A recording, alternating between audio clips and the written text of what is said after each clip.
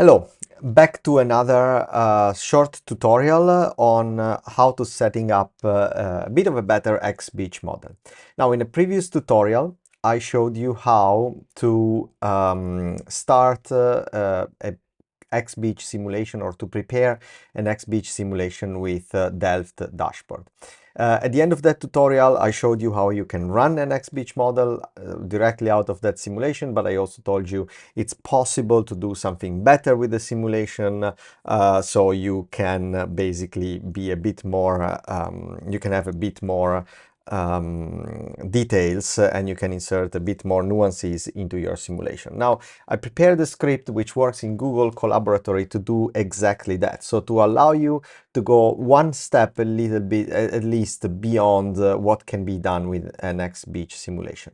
So as in the other tutorials, this is in the coastal hydrodynamics folder in my coastal hydrodynamics lectures, XBeach setup. Here you have everything. You have a folder with example files. I will follow up on the Cape Canaveral example that I did in the Delft dashboard. And here you have a recall how to use Delft, how to use Google Colaboratory, because this is what we are going to use. And of course, to work with it, you need, as we said before, a running XBeach simulation that we prepared in the step before. You have the tutorial here, and of course, you need the XBeach model to make it run. So let's have a look at what we can do to improve a little bit our modeling, to make it a little bit more, let's say, adherent to the reality. The first thing that we have to do is to basically check that everything we set up in Delft dashboard was imported correctly and everything is going fine. So we import, first of all, after the description here, we import a bunch of tools, and most likely we're going to have to connect to our Google Drive as usual. Should work in a second. Probably it will ask me to insert my password. We install raster.io, which is a library to work with raster files. We're going to need it for a couple of things that we need to do. So I connect to the Google Drive. This is my university account, and I have unlimited or very big space on Google Drive. That helps working with all these files, because we are going to go a few gigabytes if once we run the model. So make sure you have space in your Google Drive, and if you don't have enough space, you can run it offline, but it will take you will need to set up a proper environment in Anaconda, for example. So the first thing we do is, again, as we did in the other tutorials, set up our folder. In this case, it's set up to basically have everything inside the coastal hydrodynamics folder /xbeach, and the folder name into which the model is contained that you saved from that dashboard is called model.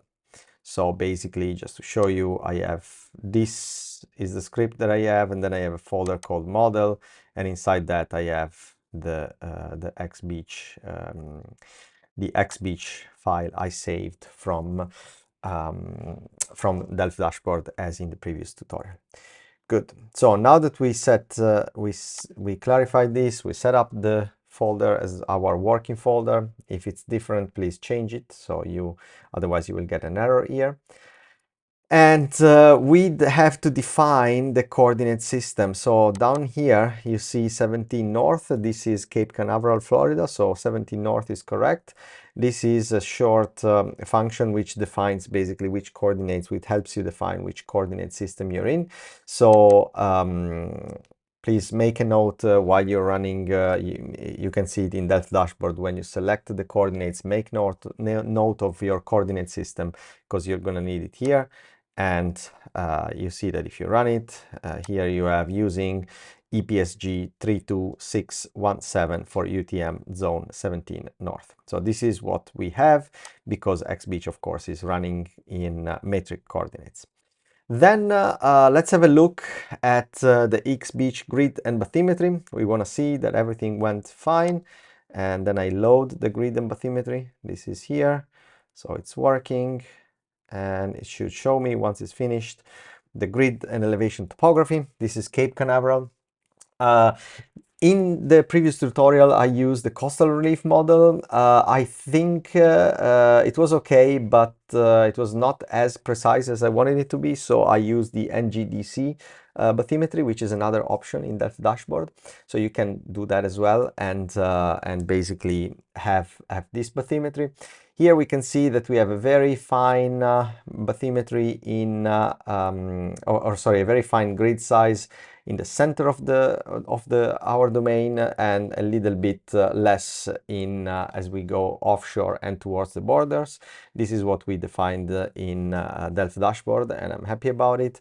Probably in inside I should have done, or I could have done, a bit of a larger grid. I think I did 10 meters, but I could have done maybe 20 or 50 meters. The computation here is going to be quite intensive. So this one is also saved as a PDF in the model output grid. So if you go here, a folder was created which is called output, and you have this grid topography, and you have also a premium GeoJSON. I cannot see it now, but a GeoJSON file that you can import on, for example, QGIS for visualization. Okay, so you know how your grid is going to be, and how you are working it out, with what you're working it out. So the first thing that we do to improve a bit our model is to create a non-erodible layer for XBeach. So XBeach works under the assumption, as it gets out of Delft dashboard, it works under the assumption it works under the assumption that basically everything you have in the model grid is erodible, so it can be eroded away. To create a non-erodible layer, so to create a layer which tells what is erodible and what's not, we have to insert another dep file. This is that is going to call non-erodible .dep, DEP. Where everything which has the value of 0 is non-erodible. So it means that the thickness of sediments that can be eroded is 0, so it's non-erodible. And if you have any positive value, let's say 50, 100, 150, it's a value in meters that tell you how much sediments can be eroded from that part. So you have it all explained here, and I used QGIS to make a non-erodible layer. Very simple, very quite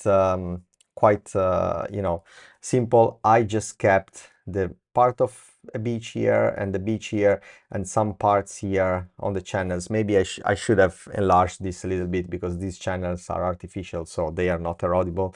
And I see here there is some parts which is erodible, but whatever, it's fine. So everything that I have here, it means it's non-erodible, so it will be given 0 as value. So if I run this cell, what I get is, first of all, a question asking me how thick I want the erodible layer to be. I can put 100 meters, I can put 1000, whatever. Usually 100 meters is fine, unless you really have huge erosion rates, but 100 meters is more than enough. And you see that it's interpolating. Right, so this is my GeoJSON polygon. You see that I should have probably enlarged it a little bit, because it's not taking the entire area. That's a bummer. But anyway, you see that I have non-erodible, so 0, pretty much everywhere where I had my GeoJSON file, and 100 meters of sediments that can be eroded instead in all the other places. So this is cool. And the second thing I do is something actually quite similar. That is changing the roughness of the terrain upon which the flow or the waves are passing by. So the hydraulic roughness, it is defined it can be defined in different ways inside XBeach, but here we use the Manning coefficient, which is a dimensionless value that basically describe how rough is a surface upon which the waves are passing. So low values are smooth, high values of roughness are instead less smooth, and so the wave or the flow will have more resistance passing by. There's many ways of defining roughness. I put here some references. There's some tables from different sources. And here you have basically some examples from coastal environments. Say a smoothie sandy beach is 0.015 to 0.025. And if you have mangrove, it can go up to 0. Or shrubs goes as high as 0.06 or even 0.1. That's extreme. On the other extreme side, mangroves resist very well to the wave flow passing. So what does this do? Again, it takes input your GeoJSON file. You have examples in the input folders here, GeoJSON input. You have 2 examples here, which again I created with QGIS. And for example, here I put some higher Manning values for these back shore parts. So if I open the attribute table, you see that each one of those polygons here has 0.035 as Manning value. So a bit higher than what one would expect for a sandy beach. So a bit higher than 0.015. So I assume this is a vegetated dune or something like that. Everything else will be set to a constant value that you define. But if you want to define more Manning values, for example, you have buildings here, so you can define another polygon here with the Manning values for buildings, etc. You can do that. The script will take into account everything which is inserted inside the table, as you see here and here. Okay, so let's run this and see what it asks. It's asking a default Manning value for undefined areas. I'm gonna go with sans 0.015. It's probably a approximation. So I'm gonna go with 0.015 for sans, and that's what it's doing right now. So it's calculating right now, and it will assign a Manning value of 0.035 to the areas I suggested it, and 0.015 to the areas where there's nothing. So you see that those 2 areas, they have 0.035, and this other one is 0.015. And then you have my polygons here, the polygons that I do on GeoJSON here. Good, very good.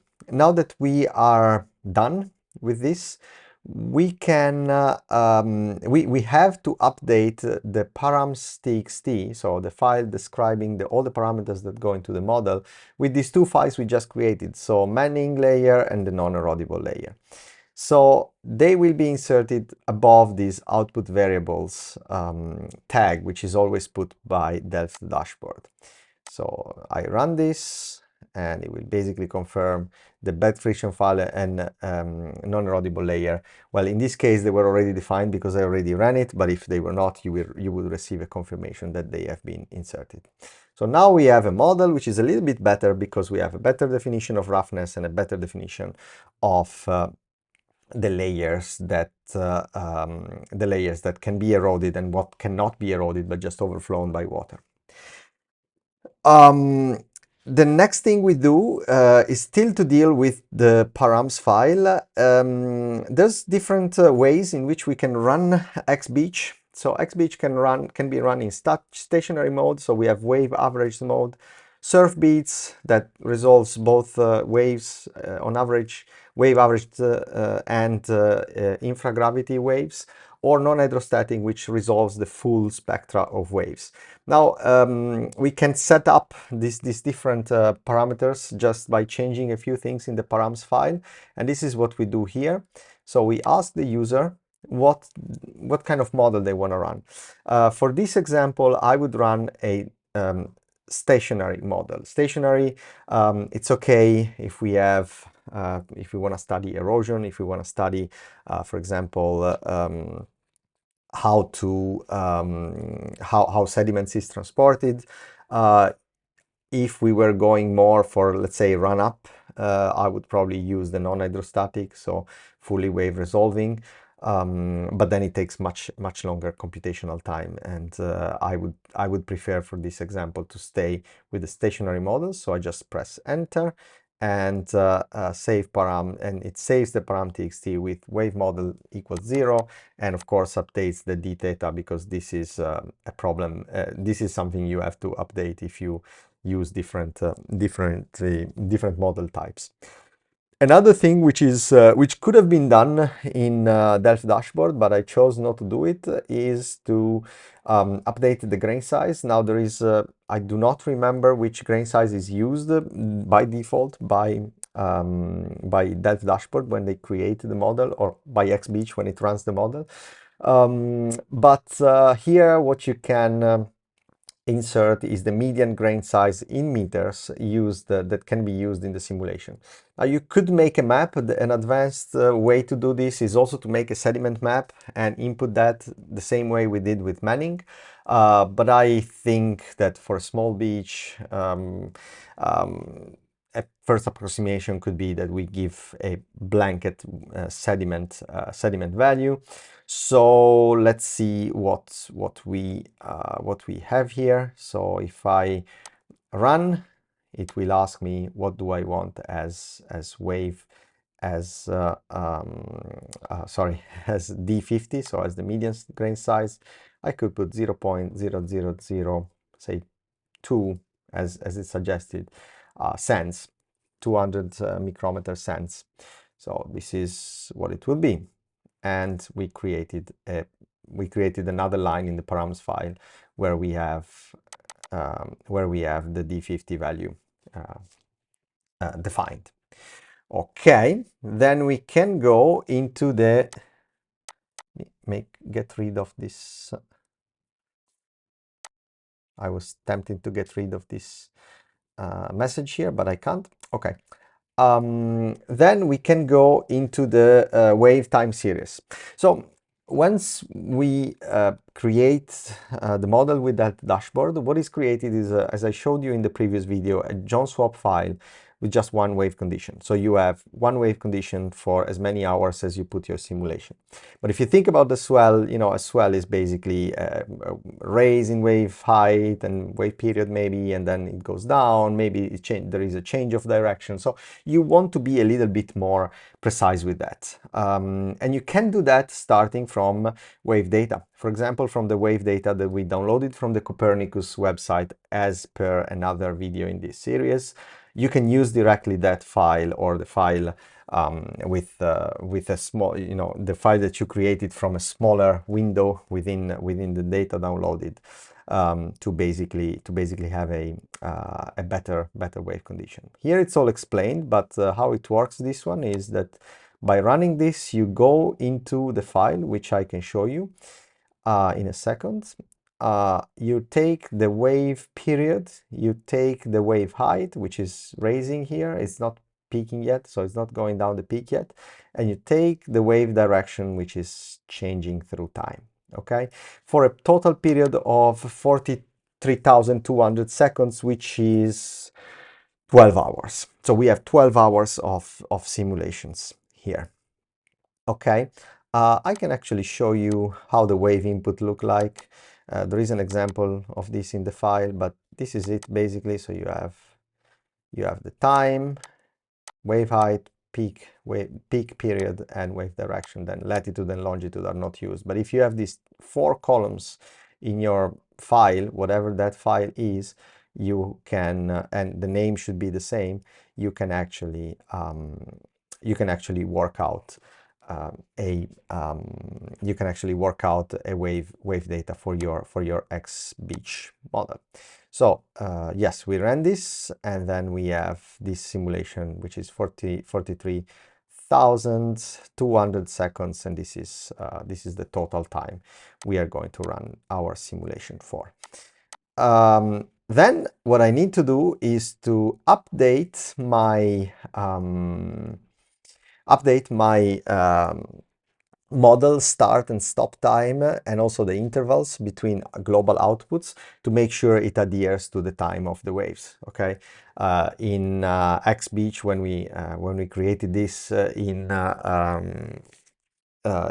Delphi dashboard, I think we put 3600, which is 1 hour, which was reasonable to have a first go. This is 12 hours, so we need to update that. So to do that, we run this other cell. Okay, we run this other cell, and it's asking us, tell me the global output interval in seconds. This is basically the interval at which a output will be saved. So I think if we have 12 hours, we can do 3600. So every hour we want one output, and of course it's going to be, we're going to have a mean output at the very end of the simulation. So this is it, and everything has been updated. Okay, we have the global output, it's every hour, the mapping interval, so the mean and average and standard deviation interval is at the end of the simulation. You can put, maybe you can split it in two, so if you want to see the average of all the variables at half of the simulation, you can do that too. And the time at which the simulation is going to stop is the 12 hours. It's important that this is the same as the jonswap file, otherwise it will fail. Your data will be your simulation will fail. Another thing we do is we can do, is not mandatory, but we can adjust the water level for sea level rise. This is the tide file that was created by Delphi dashboard. So this is the time 0, and this is the tstop. So it's the end time, which for us, I don't know here why it's 2001, but it was like 3600 in our simulations.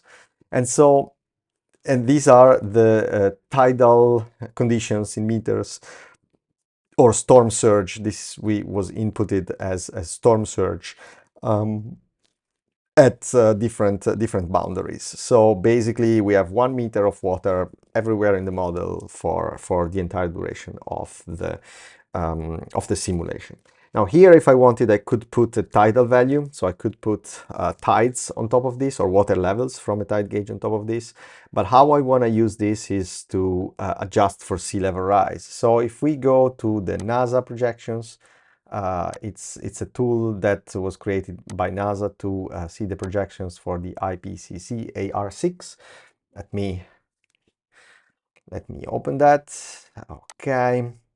We go to one of the tide gauges that there is in the Cape Canaveral areas, and we can see, there it is, there is one at Cape Canaveral.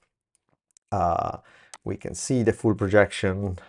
We can select a scenario, a shared socioeconomic pathway scenario. Let's say this is a relatively pessimistic scenario, so let's go a little bit less pessimistic. By 2100, we have 0.7 meters on a median of sea level rise in this scenario, SP2 4.5. Of course, every scenario has a different implication in terms of future emissions. You can also get the data here. And you can have more information here about how the projections are run. But what's of interest for me is if I go here, an SP2 4.5 scenario as 0.7 meters of sea level rise by 2100.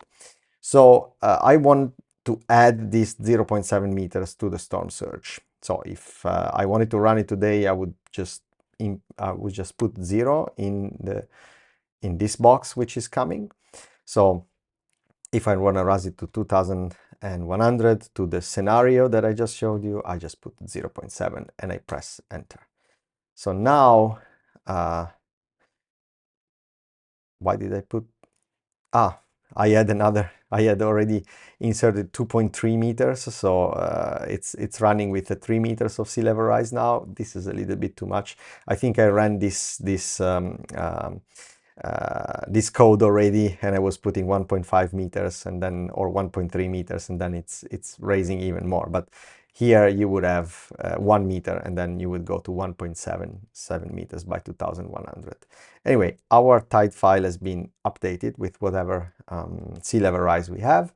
The last thing we want to do is to configure the output variables. So as I told you before, there's hundreds of output variables in XBeach, and they can be global. So you can have these variables saved at each time step that we defined. We defined one time step every hour in our model, or you can define them as mean output variables that are basically saved over time. In this case, we save just one at the end, so we don't save lots of variables in the end. They must be defined inside the params file. So this is what I do: global vars defined here, mean vars defined here. Again, the XBeach manual has all of these output variables listed together with some description and units, mostly units. These are all the output variables you can dream of in XBeach, and some of them you never know what they are, some of them you never use, and you will wonder for a lifetime what they do and how and who is using them. But for sure there is people using them if they're here. Again, this is a very versatile model. So we run this, and I selected a bunch of variables which usually are, let's say, are used. So the bed level, change, the water surface elevation, wave height, the components of flow velocity. So how fast is the water flow, the sediment erosion, and the wave celerity. These are all variables which usually are used to see what happens in a coastal area when a storm is passing. Okay. So we define those, and last but not least, we have a look at our params.txt file. So you see that we have, bed friction is still defined by Manning. The bed friction boundary condition file is jonswap. The bed friction file, this is a novelty. This is what was added. The bed friction file is a mining layer. The non-erodible layer is the layer we created. The D50 is 0.002. Wave model equals 0. Dtheta equal 10. And then we have the new interval mapping, global interval mapping interval, tstart and tstop. Okay. It's important that the global interval is a multiple of the tstop, and the software checks that if you put a global interval, if you insert a global interval which is not a multiple of the tstop, it will be corrected to the closest integer multiple of the tstop. And then you have the output variables. These are those we defined, so we basically are all good to go. Now what you have to do is switching to your Windows machine. In my case, I'm on a Mac here, but I have a Windows virtual machine running, and run your XBeach model. How do you do that? Exactly the same way I showed you in the tutorial for Delft Dashboard. So you go into your XBeach folder. Here are all the files that you downloaded from Deltares. Control A, copy them. Sometimes the Mac doesn't really work. I'm doing Control C, and then you go into the folder where you have your model files that we modified in this tutorial. So you have all your param files, you have everything in here. Let's see, this is my params file. See that it's modified, so it's exactly the same params file that we just created. And at this point, you just double click on the xbeach.exe. I'm not gonna do this, but you double click on the xbeach.exe file, and the model will start. So I already started mine some time ago. Now it's giving, oops, okay. Now it's giving me about 1 hour and 50 minutes. A simulation like this, depending on the settings that you give, might take a few hours on a decent PC. So my suggestion is, if you're running it on your laptop, prepare everything, make sure it runs. Then when you are sure that your computer can stay attached to the power for a few hours or overnight, just leave it there, make it run if you're sure that everything is going fine. Usually if it fails very early in the simulation. Sometimes it can fail a lot of hours into the simulation, but it's not the case for these simple models, I hope. So wait for it to run, and then when it's done running, we will get back and finally get some data out of our modeling exercise.